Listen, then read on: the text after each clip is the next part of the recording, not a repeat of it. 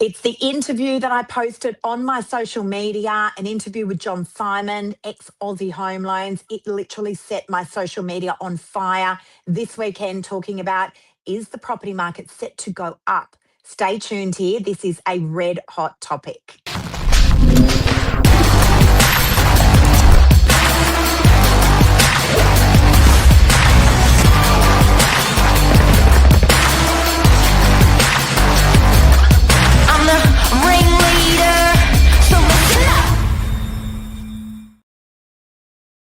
Good morning. Good morning, Billy. Good morning. A little video that I posted yesterday afternoon onto my social media. John Simon, for anyone that doesn't know Aussie John, you'd surely have to be hiding under a rock. Maybe your younger generation don't know him as well, Billy, but he completely disrupted the mortgage industry, Aussie Home Loans, and he did an interesting interview on I think it was the 7:30 report on ABC. I took a snippet of that interview over the weekend and put it onto my social media, and it's blown up on every single one of my platforms. I've had endless comments right across the weekend. We're going to break it down. It's an extremely interesting interview on his thoughts as to what's going to happen with the property market and those rents. Did you get a chance to watch it, Billy? Well, we're going to play it for you right now. So have a quick look at this. Prices and importantly for rents as well. Well, I think house prices, they might soften a little bit more, but there's definitely my belief they won't collapse, and that gets down to supply and demand. You're going to have the investors who currently have an investment property, they'll retain their 50% capital gains. Why would they want to sell? So they won't. Less properties are going to come on the market to buy. The first home buyers, the new cost of housing's gone through the roof. Since COVID, construction costs have increased by 40%. 40%.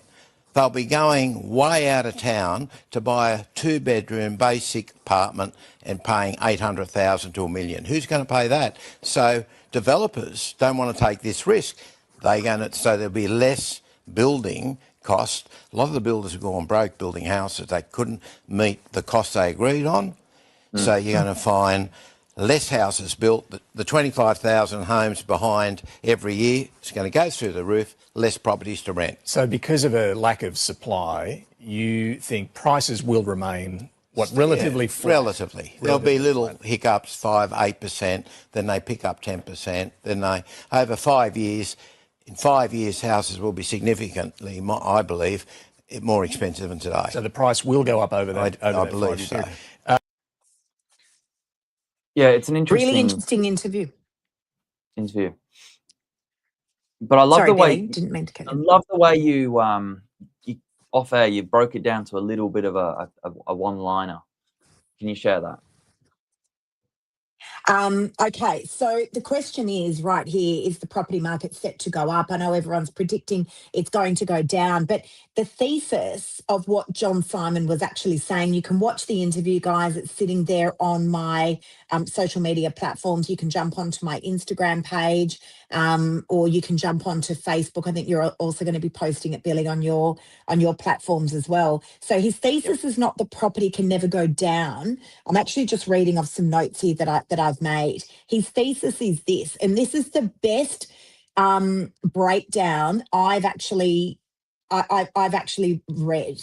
Here it is, guys. Supply shortages are so severe that any price falls will be temporary and demand will eventually overwhelm supply again.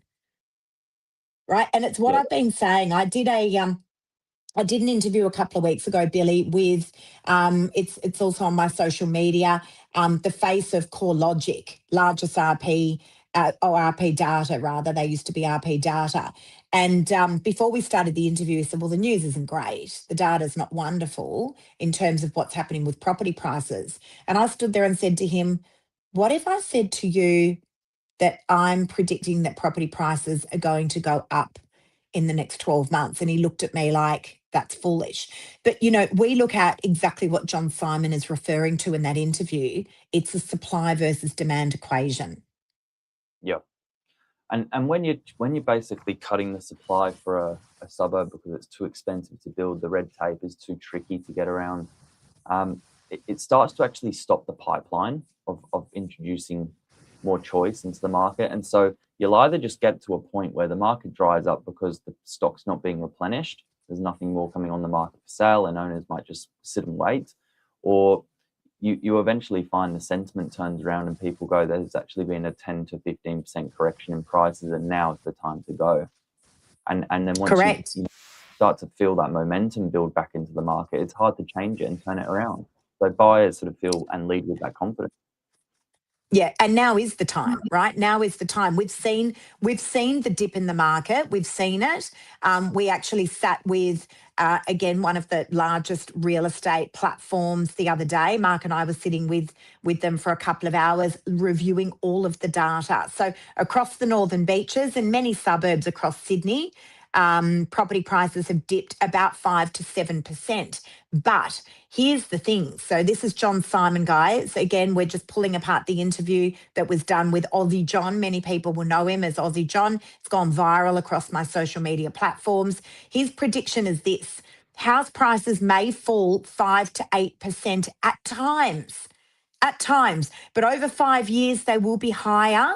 And he's suggesting that rents are going to increase significantly.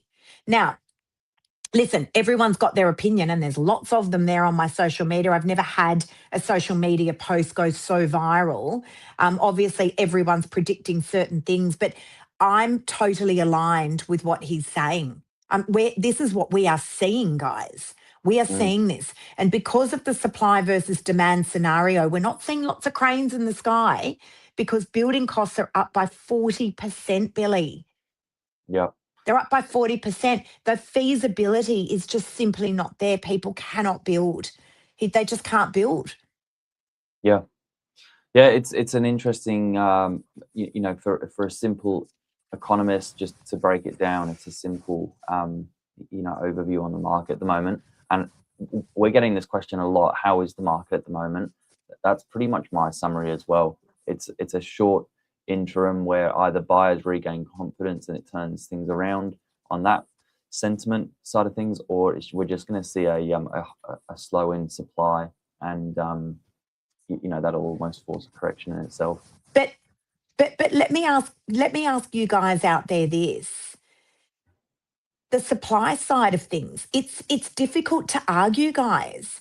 Like, it's just difficult to argue. As a country, we've actually been struggling to build enough dwellings that are relative to the population growth for years and years.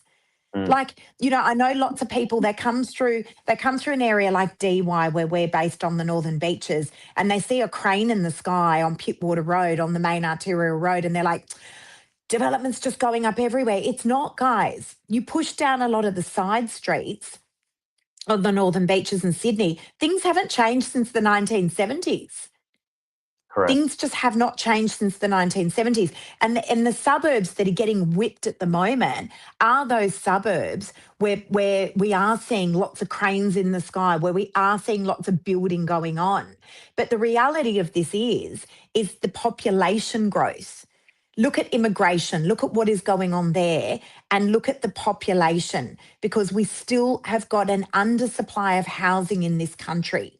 So again, when you apply the demand versus supply equation, it's just an absolute no-brainer. The property market, in my opinion, and it looks like John Simon's opinion as well, it can't crash.